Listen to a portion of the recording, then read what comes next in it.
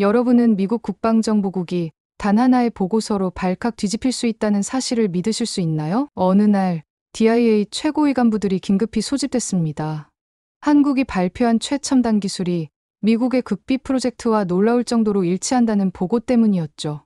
한 간부는 한국이 독자적으로 이런 기술을 개발했을 리 없다며 단정지었고 곧바로 내부 스파이 색출 명령이 떨어졌습니다. 결국 한 요원이 억울하게 체포되었죠. 그리고 그의 무죄를 밝히기 위해 또 다른 요원이 직접 한국으로 파견되는데요. 하지만 아무도 예상하지 못했습니다. 그녀가 서울에서 마주하게 될 진실이 미국 내부를 송두리째 뒤흔들 만큼 충격적일 줄은 말이죠.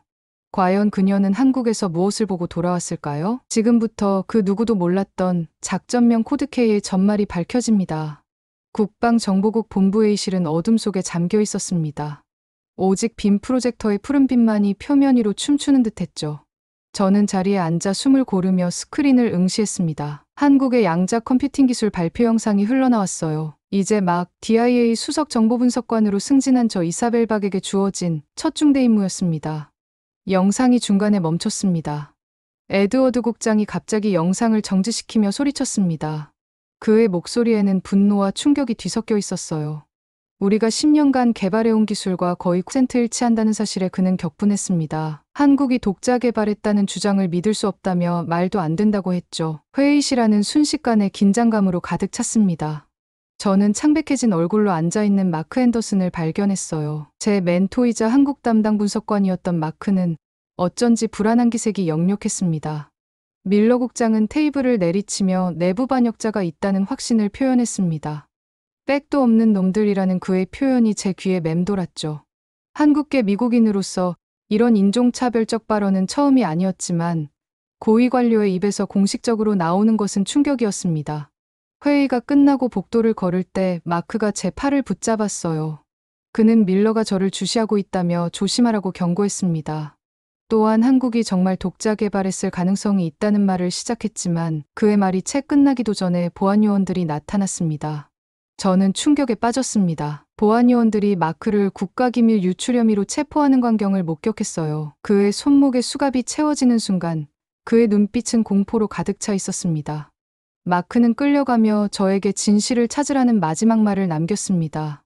복도에 홀로 남겨진 저는 얼어붙었습니다. 머릿속이 하얘졌어요. 마크가 반역자라고? 불가능합니다. 15년간 국가에 충성해온 그가? 그리고 왜 하필 저에게 그런 말을 남긴 걸까요? 사무실로 돌아온 저는 컴퓨터 앞에 앉았습니다. 한국의 양자 컴퓨팅 발표 영상을 다시 재생했어요. 발표자의 자신감 넘치는 모습, 미국 기업들조차 풀지 못한 문제를 해결했다는 주장, 그리고 그 증거로 제시된 시뮬레이션 결과까지. 과연 이게 도둑맞은 기술일까요? 아니면 정말 한국이 세계를 놀라게 한 것일까요? 저녁이 깊어갈수록 의심은 커져갔습니다. 마크의 컴퓨터는 이미 압수되었지만 우리가 함께 작업했던 자료는 제 컴퓨터에도 일부 남아있었어요. 밤늦게까지 자료를 뒤적이던 중 한 메일이 눈에 띄었습니다. 마크가 6개월 전 보낸 메일이었죠. 한국 양자 컴퓨팅 연구진의 독창적 접근법에 주목할 필요가 있으며 우리와 전혀 다른 방향으로 발전 중이라는 내용이었습니다. 가슴이 쿵쾅거렸습니다. 이 메일은 마크가 기술을 유출한 것이 아니라 오히려 한국의 독자적 발전 가능성을 인지하고 있었다는 증거였어요. 하지만 밀러 국장은 이미 마크를 체포했고 누구도 이 사실을 믿으려 하지 않을 겁니다. 창밖을 바라보니 밤하늘이 어둠에 잠겨 있었어요. 한 가지 확실한 것은 이제 저 혼자라는 사실입니다. 마크의 마지막 말이 귓가에 맴돌았어요.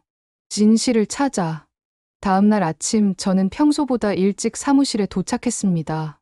밤새 잠을 이루지 못했어요. 마크의 체포 소식은 이미 부서 전체에 퍼져 있었죠. 직원들의 시선이 저를 향할 때마다 등골이 오싹했습니다. 한국계라는 이유만으로 저도 의심받고 있다는 느낌이 들었어요. 밀러 국장의 목소리에 깜짝 놀라 고개를 들었습니다. 그는 저를 자신의 사무실로 오라고 불렀습니다. 국장실에 들어서자 이미 몇몇 고위 관계자들이 모여 있었어요. 테이블 위에는 최고 기밀 스탬프가 찍힌 서류들이 펼쳐져 있었습니다. 밀러 국장은 앤더슨과 제가 가까웠다는 점을 언급하며 저를 조사의 주도자로 임명했습니다. 한국계라는 점이 오히려 도움이 될 수 있다는 그의 말에 심장이 멎는 줄 알았어요. 이건 함정이었습니다. 저를 조사팀에 넣어 감시하려는 속셈이었죠. 하지만 거절할 수는 없었어요. 밀러 국장은 한국 내 모든 양자 컴퓨팅 연구기관과 연구자들을 조사하라고 지시했습니다. 특히 미국에서 유학했거나 일한 경력이 있는 사람들을 중점적으로 조사하라고 했어요. 또한 국내 한국계 직원들도 모두 조사하라는 지시를 받았습니다. 사무실을 나오며 식은땀이 흘렀습니다. 결국 이건 마녀 사냥이었어요. 한국과 한국계 미국인 전체를 의심하는 편견에 찬 조사였죠. 하지만 이 상황에서 제가 할 수 있는 일은 진실을 찾는 것뿐이었습니다. 점심시간, 마크가 구금된 시설을 방문했어요. 보안 검색을 통과하고 면회실에 들어섰을 때 마크의 모습에 충격을 받았습니다. 단 하루 만에 그는 완전히 달라져 있었어요. 수염이 자라고 눈은 충혈된 채 그는 이미 유죄 판결을 받은 사람처럼 보였습니다. 마크는 자신이 아무것도 유출하지 않았다고 단호하게 주장했습니다.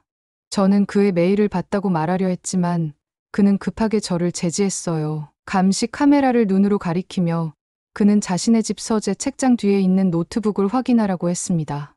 비밀번호는 우리가 처음 만난 날짜라고 했어요. 대화는 거기서 끝났습니다. 경비원이 다가와 면회 시간이 끝났다고 알렸어요. 마크와 작별 인사를 나누며 그의 눈에서 절망을 읽었습니다. 그는 이미 포기한 듯했어요. 사무실로 돌아오는 길에 휴대폰이 울렸습니다. 마크가 병원으로 긴급 이송되었다는 소식이었어요. 그가 자살을 시도했다는 겁니다. 순간 다리에 힘이 빠졌어요. 서둘러 병원으로 향했지만 마크는 중환자실에 있었고 면회가 불가능했습니다. 그날 밤 마크의 집을 방문했어요. 수색 영장이 발부되기 전에 서둘러 노트북을 찾아야 했습니다. 서재 책장 뒤 비밀 공간에서 노트북을 발견했어요. 떨리는 손으로 비밀번호를 입력했습니다. 화면이 켜지고 파일들이 나타났어요. 파일 중에는 한국의 양자 컴퓨팅 발전 과정을 추적한 문서들이 있었습니다. 마크는 수년간 한국 과학자들의 연구를 따라왔고 그들이 미국과는 완전히 다른 접근법으로 문제를 해결하고 있다는 결론에 도달했더군요. 특히 이도윤이라는 과학자의 논문들을 주목했던 흔적이 있었습니다. 놀라운 사실은 마크가 밀러 국장에게 이 사실을 여러 차례 보고했다는 증거였어요. 하지만 밀러는 그의 보고를 무시했고 오히려 한국 기술을 견제하기 위한 계획을 세우고 있었습니다. 마크의 노트에는 밀러가 한국 기술의 진정한 발전을 인정하지 않으려 한다는 내용이 있었습니다. 노트북을 닫으며 깊은 숨을 내쉬었습니다. 이제 확실해졌어요. 마크는 반역자가 아니었습니다. 그는 오히려 진실을 밝히려다 희생된 것이었죠. 그리고 이제 저도 같은 위험에 처해 있었습니다. 창밖을 바라보니 별이 하나도 보이지 않는 캄캄한 밤이었어요. 마음속으로 결심했습니다. 진실을 찾기 위해서는 한국으로 가야 했어요. 그곳에서만 모든 의혹을 해소할 수 있을 것입니다. 하지만 그건 곧 제 경력과 안전을 모두 위험에 빠뜨리는 일이기도 했죠. 그는 죄가 없어. 한국은 해낼 수 있어요. 제 입에서 작은 속삭임이 새어나왔습니다. 이제 돌이킬 수 없는 선택의 순간이 다가오고 있었어요. 다음 날 아침 사무실 분위기는 한층 더 무거워졌습니다. 마크의 자살 시도 소식이 퍼진 후 모두가 말을 아꼈어요. 특히 저를 대할 때는 더욱 조심스러웠죠. 제 책상으로 돌아가던 중 비서가 밀러 국장이 저를 찾는다고 전했습니다. 국장실로 들어서자 밀러는 창가에 서서 등을 돌린 채 밖을 바라보고 있었어요. 그의 목소리는 평소보다 부드러웠습니다. 이런 톤은 처음이었죠. 그는 마크의 상태를 물어보는 제 질문에 그가 의식은 돌아왔지만 아직 위험한 상태라고 답했습니다. 또한 그의 행동이 죄책감에서 비롯된 것이라며 마크의 죄를 확신하는 듯했어요. 분노가 치밀었지만 억눌렀습니다.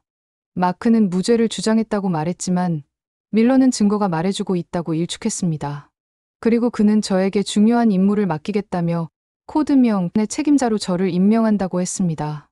놀라움을 감추지 못했어요. 밀러는 한국의 공식 조사단을 파견할 계획이며 제 한국어 실력과 문화적 배경이 큰 도움이 될 것이라고 했습니다.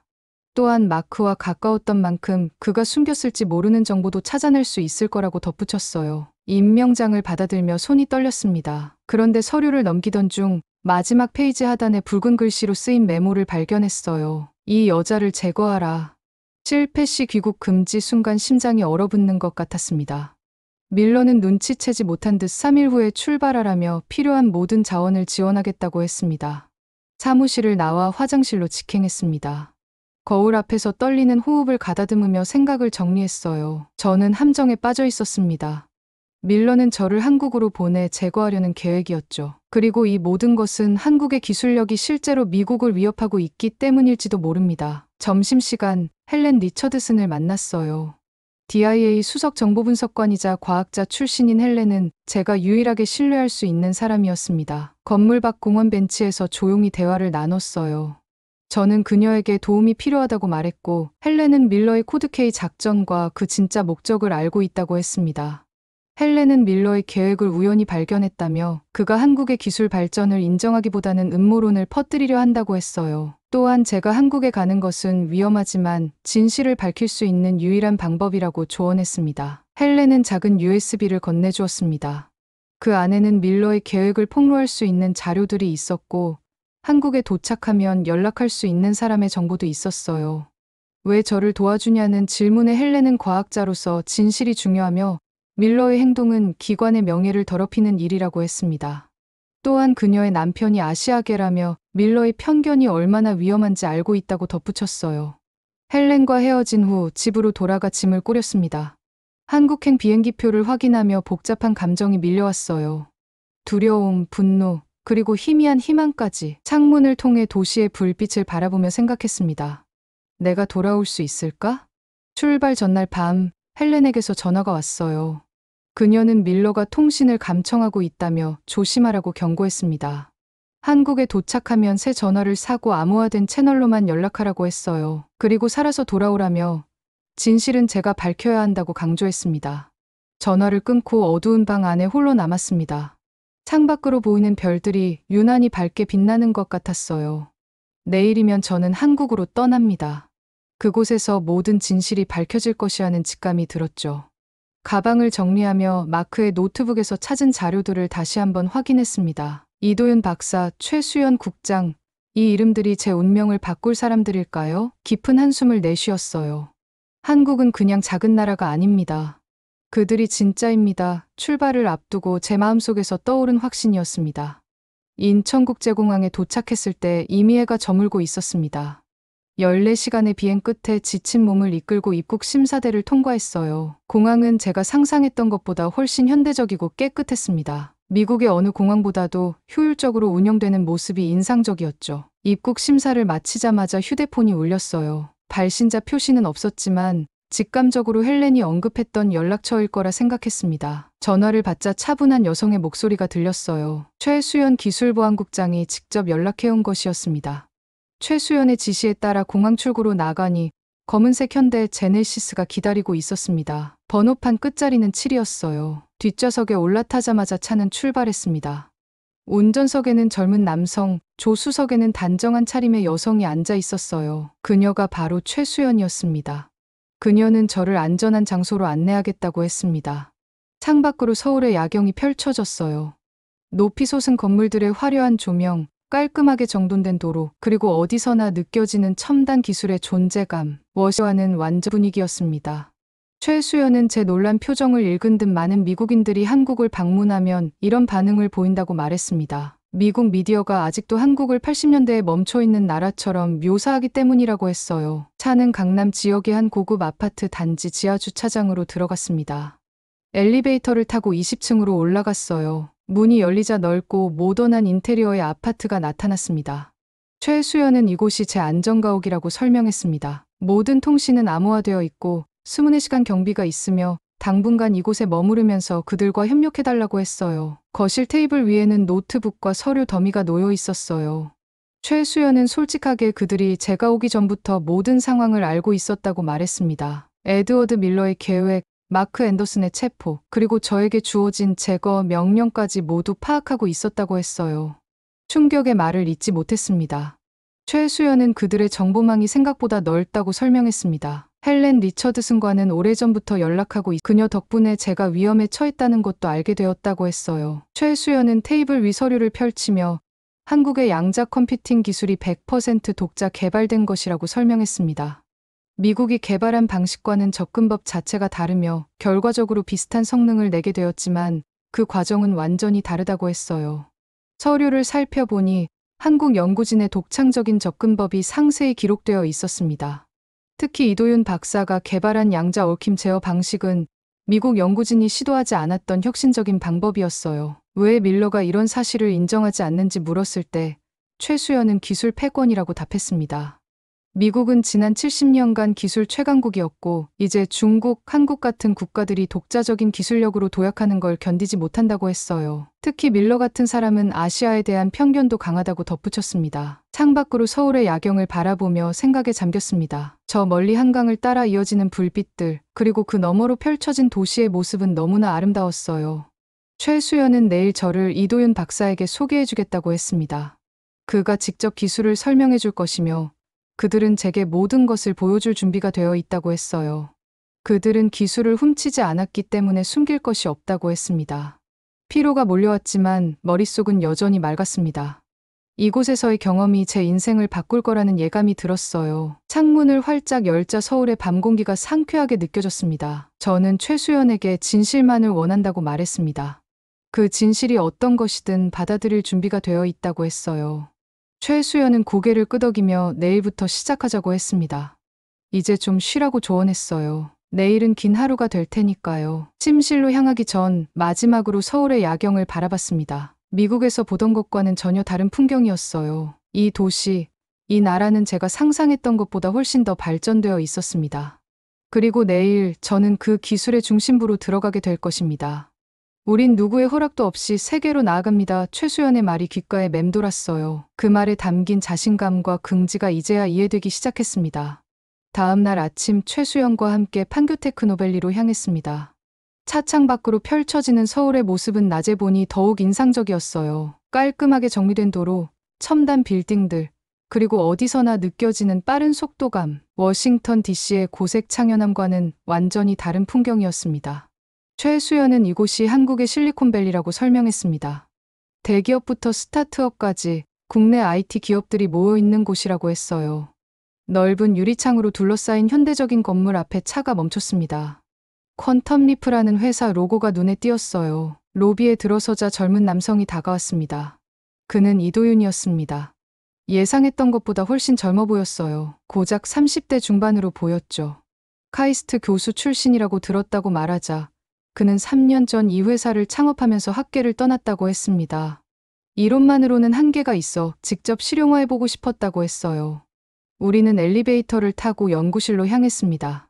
문이 열리자 넓은 공간에 첨단 장비들이 가득했어요. 수십 명의 연구원들이 각자의 자리에서 열중하고 있었습니다. 이도윤은 이곳이 그들의 양자 컴퓨팅 연구실이라며 기술이 어떻게 독자적으로 개발되었는지 상세히 설명해주겠다고 했어요. 다음 몇 시간 동안 이도윤은 놀라운 열정으로 그들의 기술을 설명했습니다. 그가 개발한 양자 얽힘 제어 방식은 정말 혁신적이었어요. 미국이 사용하는 초전도 큐비트 방식과는 완전히 다른 접근법이었죠. 이도윤은 그들이 처음부터 다른 길을 택했다고 설명했습니다. 미국이 선택한 초전도 방식은 확장성에 한계가 있었고 그들은 위상학적 큐비트라는 개념에 주목했다고 했어요. 이 방식은 초기에는 안정성 문제가 있었지만 새로운 제어 알고리즘을 개발하면서 해결했다고 설명했습니다. 그의 설명을 들으며 점점 더 놀라웠습니다. 이 기술은 정말 독창적이었어요. 미국의 것을 훔쳤다는 의심은 점점 사라져갔습니다. 저는 그에게 왜 갑자기 이 기술을 공개하기로 결정했는지 물었습니다. 비밀로 유지했다면 더 큰 경쟁 우위를 가질 수도 있었을 텐데요.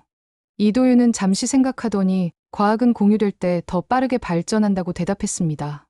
게다가 그들은 미국의 눈치를 볼 필요가 없었다고 했어요. 그 기술은 그들이 처음부터 개발한 것이기 때문이라고 했습니다.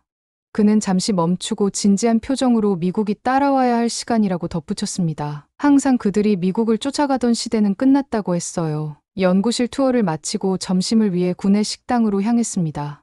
식당에는 젊은 연구원들이 활기차게 대화를 나누고 있었어요. 그들의 평균 나이가 30대 초반으로 보일 정도로 젊었습니다. 최수연은 연구원들의 80%가 국내에서만 교육받았다고 자랑스럽게 말했습니다. 물론 해외 유학파도 있지만 핵심 기술은 모두 국내 교육을 받은 인재들이 개발했다고 했어요. 점심을 먹으며 한 젊은 연구원과 대화할 기회가 있었습니다. 그녀는 불과 25살이었지만 이미 국제학술지에 여러 논문을 발표한 인재였어요. 그녀는 자신있게 그들이 미국도 못 푸는 문제를 풀었다고 말했습니다. 처음에는 미국 논문들을 많이 참고했지만 곧 그들만의 길을 찾았고 그곳이 더 효율적이었다고 했어요. 오후에는 삼성과 LG의 연구소도 방문했습니다. 그곳에서도 한국의 독자적인 기술력을 확인할 수 있었어요. 특히 양자 알고리즘 분야에서는 세계 최고 수준이었습니다. 해가 저물 무렵 카이스트 캠퍼스를 방문했습니다. 그곳에서 대학원생들의 연구 발표를 들었어요. 그들의 열정과 지식 수준은 MIT나 스탠포드의 학생들에 뒤지지 않았습니다. 하루의 일정을 마치고 안전가옥으로 돌아오는 길, 차 안에서 침묵에 잠겼습니다. 너무 많은 정보와 충격적인 발견들로 머릿속이 복잡했어요. 최수연이 조심스럽게 제 생각을 물었고 저는 깊은 한숨을 내쉬며 솔직히 충격받았다고 대답했습니다. 제가 알던 한국과는 완전히 달랐고 이 기술이 정말 독자적으로 개발되었다는 확신이 들기 시작했다고 했어요. 최수연은 미소 지으며 내일은 더 놀라운 것들을 보여주겠다고 했습니다. 그들이 어떻게 여기까지 왔는지 그 전체 과정을 보여주겠다고 했어요. 안전가옥에 도착해 침대에 누웠지만 쉽게 잠들 수 없었습니다. 오늘 본 모든 것들이 머릿속을 맴돌았어요. 밀러의 주장은 점점 더 의심스러워졌습니다. 한국이 정말 미국의 기술을 훔쳤을까요? 아니면 미국이 한국의 기술적 도약을 인정하기 싫어서 만든 이야기일까요? 창밖으로 서울의 밤하늘을 바라보며 생각했습니다. 이제 저는 선택의 기로에 서 있었어요. 진실을 쫓아 위험을 감수할 것인가, 아니면 안전하게 밀러의 지시를 따를 것인가. 하지만 마음 깊은 곳에서는 이미 답을 알고 있었습니다. 다음 날 아침 최수연은 저를 한강이 보이는 카페로 데려갔습니다. 아침 햇살이 한강 위로 반짝이는 모습이 아름다웠어요. 카페에 들어서자 구석자리에 중년 남성이 앉아 있었습니다. 최수연은 그를 권윤호 자문관이라고 소개했습니다. 전직 국정원 요원이었고 지금은 정부의 비공식 기술 자문을 맡고 있다고 했어요. 권윤호는 날카로운 눈빛으로 저를 관찰했습니다. 그의 존재감은 가볍지 않았어요. 오랜 첩보 활동의 경험이 느껴졌습니다. 권윤호는 저를 직접 만나게 되어 기쁘다며 헬렌이 저를 많이 신뢰한다고 말했습니다. 헬렌을 아는지 놀라움을 표현하자 그는 그들이 오래된 동료라고 했어요. 국제과학협력 프로그램에서 만났으며 헬렌이 DIA의 전이었다고 설명했습니다. 권윤호는 노트북을 열고 암호를 입력했습니다. 화면에 나타난 문서들을 보여주며 그것이 에드워드 밀러의 비밀 계획 문서라고 설명했어요. 한국의 기술 발전을 견제하기 위한 장기 프로젝트의 일환이라고 했습니다. 문서를 자세히 살펴보니 충격적인 내용이 담겨 있었습니다. 한국 양자 컴퓨팅 기술 견제 전략이라는 제목의 문서에는 다음과 같은 단계가 명시되어 있었어요. 한국 기술의 신뢰성 의심 캠페인 전개, 기술 유출 프레임 조작, 내부 협력자 확보 마크 앤더슨 제거, 한국계 요원 이용 후 제거 이사벨 박, 국제사회에서 한국 고립화. 말을 잇지 못했습니다. 최수연은 차분하게 이것이 조작이라고 말했습니다. 밀러는 처음부터 한국 기술의 독자성을 알고 있었지만 인정하고 싶지 않았다고 했어요. 그것이 미국의 기술 패권을 위협한다고 생각했기 때문이라고 했습니다. 권윤호는 마크 앤더슨이 진실을 알아차렸기 때문에 제거해야 했다고 말했습니다. 그리고 저도 마찬가지라고 했어요. 심장이 빠르게 뛰었습니다. 모든 퍼즐 조각이 맞춰지는 느낌이었어요. 마크의 자살 시도, 저에 대한 제거 명령, 모든 것이 이해되기 시작했습니다. 이런 문서를 어떻게 입수했는지 물었을 때 권윤호와 최수연은 서로 눈빛을 교환했습니다. 잠시 침묵 후 권윤호는 그들의 정보망이 생각보다 넓다고 대답했어요. DIA 내부에도 양심적인 사람들이 있으며 그들은 이미 몇 년 전부터 밀러를 주시하고 있었다고 했습니다. 그의 바나시아 정서가 위험 수준에 도달했다고 판단했기 때문이라고 했어요. 다음으로 그는 또 다른 파일을 보여주었습니다. 마크의 연구 자료였어요. 권윤호는 마크가 한국의 양자 컴퓨팅 발전을 진심으로 존중했기 때문에 밀러의 표적이 되었다고 설명했습니다. 그는 한국 기술의 독창성을 인정하는 보고서를 여러 차례 제출했지만 모두 묵살되었다고 했어요. 카페 창밖으로 한강을 바라보며 깊은 생각에 빠졌습니다. 제가 믿어왔던 모든 것이 거짓으로 밝혀지는 순간이었어요. 미국 정부, 특히 제가 속한 기관이 이런 조작에 관여했다는 사실이 가슴 아팠습니다. 이제 어떻게 해야 할지 물었을 때 최수연은 단호하게 진실을 밝혀야 한다고 대답했습니다. 제가 할 수 있는 일이라고 했어요. 권윤호는 작은 USB를 건네며 그 안에 모든 증거가 담겨 있다고 했습니다. 밀러의 계획, 마크의 연구 자료, 그리고 한국 기술의 독자성을 증명하는 모든 문서들이 있으니 이것을 헬렌에게 전달해야 한다고 했어요. 밀러가 저를 감시하고 있을 텐데 어떻게 할 수 있을지 불안해하자 권윤호는 그들에게 계획이 있다고 했습니다. 내일 저는 공식적으로 한국 양자 컴퓨팅 기술에 대한 조사 보고서를 작성할 것이며 그 내용은 밀러가 원하는 대로 한국이 기술을 훔쳤다는 결론이어야 한다고 했어요. 혼란스러워하자 최수연은 그것이 위장이라고 설명했습니다. 그 보고서를 제출하면 밀러는 제가 명령을 따르고 있다고 생각해 경계를 풀 것이고 그 사이 헬렌이 워싱턴에서 준비를 마칠 것이라고 했어요. 권윤호는 DIA 국장 직속 회의에서 직접 보고할 기회를 마련하고 있다고 말했습니다. 헬렌이 국장과 다른 고위 관리들을 설득하는 중이며 제가 직접 진실을 밝힐 수 있는 기회가 될 것이라고 했어요. 이 모든 계획이 위험하게 느껴졌지만 동시에 희망도 보였습니다.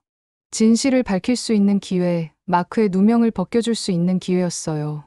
카페를 나와 한강변을 걸으며 생각을 정리했습니다. 서울의 아름다운 풍경과 발전된 모습은 제가 이전에 가졌던 한국에 대한 인식을 완전히 바꿔놓았어요.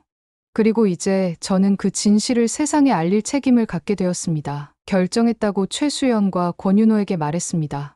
진실을 밝히겠다고 했어요. 두 사람의 얼굴에 안도의 표정이 스쳤고 권윤호는 제 어깨를 가볍게 두드리며 용기를 내줘서 고맙다고 했습니다. 이제 준비를 시작하자고 했어요. 한강의 물결을 바라보며 깊은 결의를 다졌습니다. 이것은 단순히 한국과 미국의 문제가 아니었어요. 진실과 정의의 문제였습니다. 그리고 저는 그 진실편에 서기로 결심했어요. 워싱턴 DC로 돌아오는 비행기 안에서 긴장감에 숨이 막혔습니다. 권윤호와 최수연이 준비해준 US 특수 제작된 목걸이 안에 숨겨져 있었어요. 표면상으로는 한국 기술을 도용으로 결론짓는 거짓 보고서를 가지고 돌아가는 중이었지만 실제로는 모든 진실을 폭로할 준비를 마친 상태였습니다. 비행기가 착륙하자마자 휴대폰을 켰어요. 곧바로 헬렌에게서 문자가 왔습니다. 내일 오전 10시 DIA 본부 7층 회의실에서 국장 직속 회의가 준비 완료되었다는 내용이었어요. 덜컥 겁이 났습니다. 내일이면 모든 것이 결정될 거예요. 성공하면 진실이 밝혀지겠지만 실패하면 생각하기도 싫었습니다. 공항에서 나오자 마중 나온 차가 보였어요. 운전석에는 밀러가 보낸 요원이 앉아 있었습니다. 그는 저를 바로 국장에게 데려가야 한다고 했어요. 예상치 못한 상황이었습니다.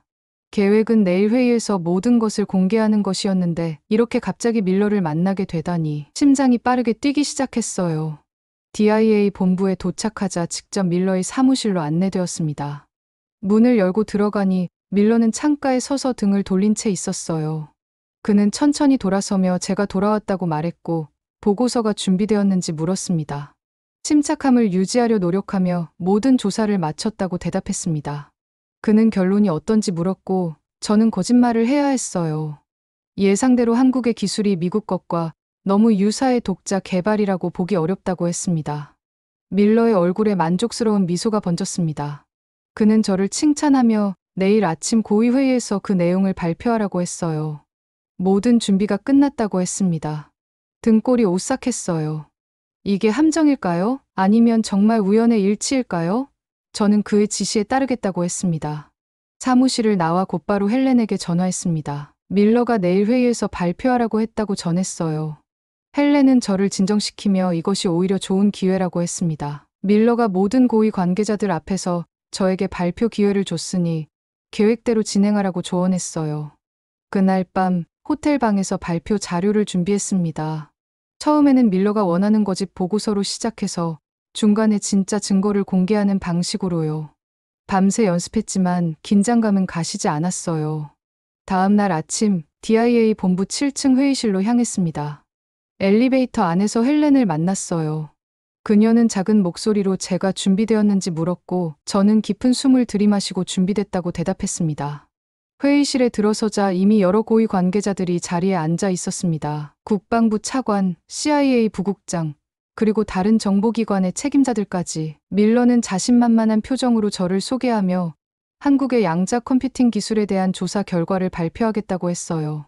모든 시선이 저에게 집중되었습니다. 떨리는 손으로 프레젠테이션을 시작했어요. 처음에는 밀러가 원하는 대로 한국 기술과 미국 기술의 유사점을 강조했습니다. 이런 유사성으로 볼 때 한국이 미국 기술을 도용했다고 결론 내릴 수도 있다고 말했습니다. 여기까지 말하고 잠시 숨을 고르며 회의실을 둘러봤어요. 밀러는 만족스러운 표정이었습니다. 그러나 이것이 진실의 전부가 아니라고 목소리를 높였습니다. 밀러의 표정이 순간 굳어졌어요. 저는 US 꺼낸 진짜 자료들을 화면에 띄웠습니다. 한국의 양자 컴퓨팅 기술은 100% 독자 개발된 것이라고 밝혔습니다.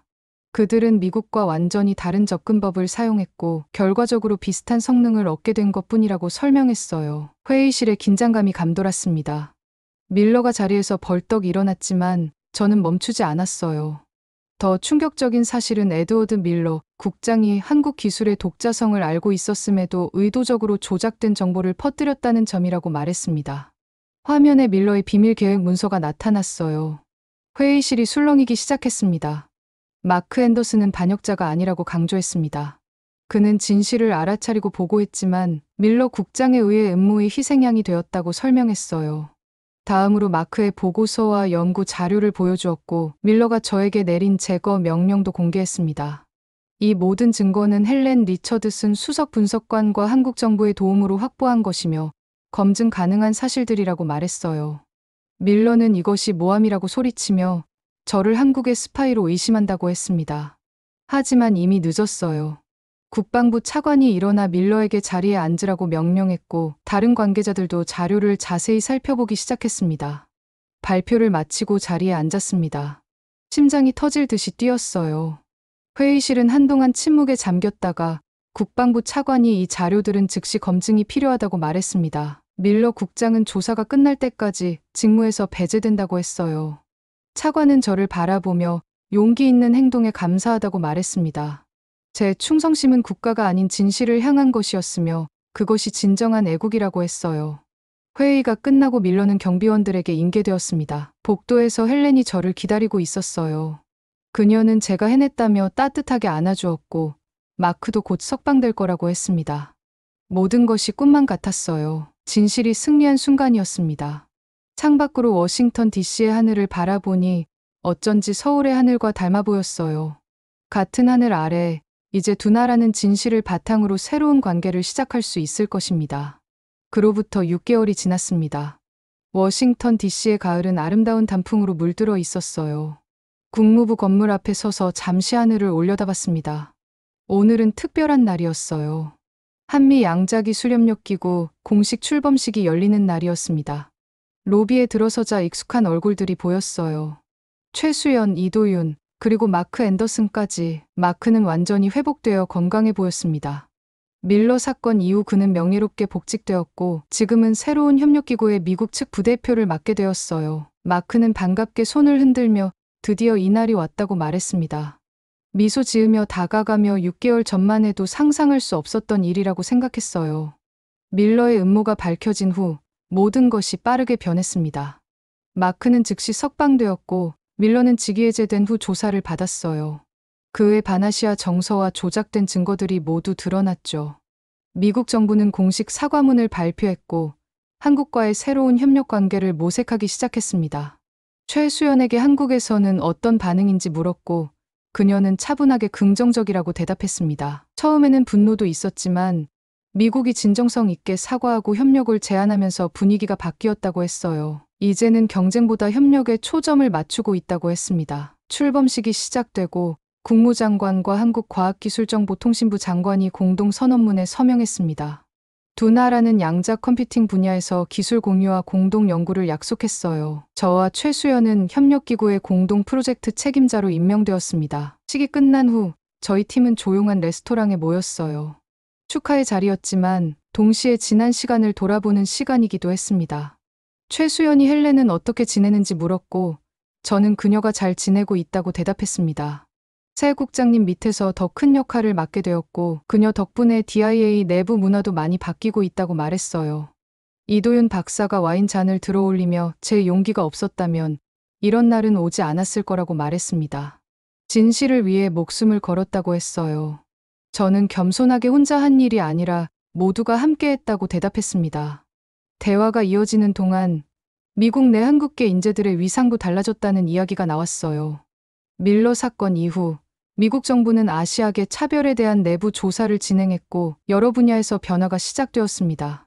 마크는 웃으며 요즘 KAIST 출신들이 실리콘밸리에서 인기가 대단하다고 말했어요. 이도윤은 고개를 끄덕이며 이제 한국 교육의 가치를 인정받고 있다고 했습니다. 그들의 방식이 틀린 게 아니라 다른 거였다는 걸 세계가 알게 된 것이라고 했어요. 식사를 마치고 나왔을 때 해는 이미 저물고 있었어요. 포토맥 강변을 따라 산책하며 생각에 잠겼습니다. 6개월 전 저는 혼자 진실을 찾아 위험한 여정을 떠났지만 이제는 많은 동료들과 함께하고 있었어요. 다음 주에는 KAIST 캠퍼스에서 첫 공동 연구 프로젝트가 시작될 예정이었습니다. 미국과 한국의 젊은 과학자들이 함께 일하게 될 거예요. 이 프로젝트는 양자 얽힘을 이용한 새로운 암호화 기술 개발을 목표로 했습니다. 한 달 후 저는 KAIST 캠퍼스에 서 있었어요. 가을 햇살이 아름답게 비치는 캠퍼스는 활기찼습니다.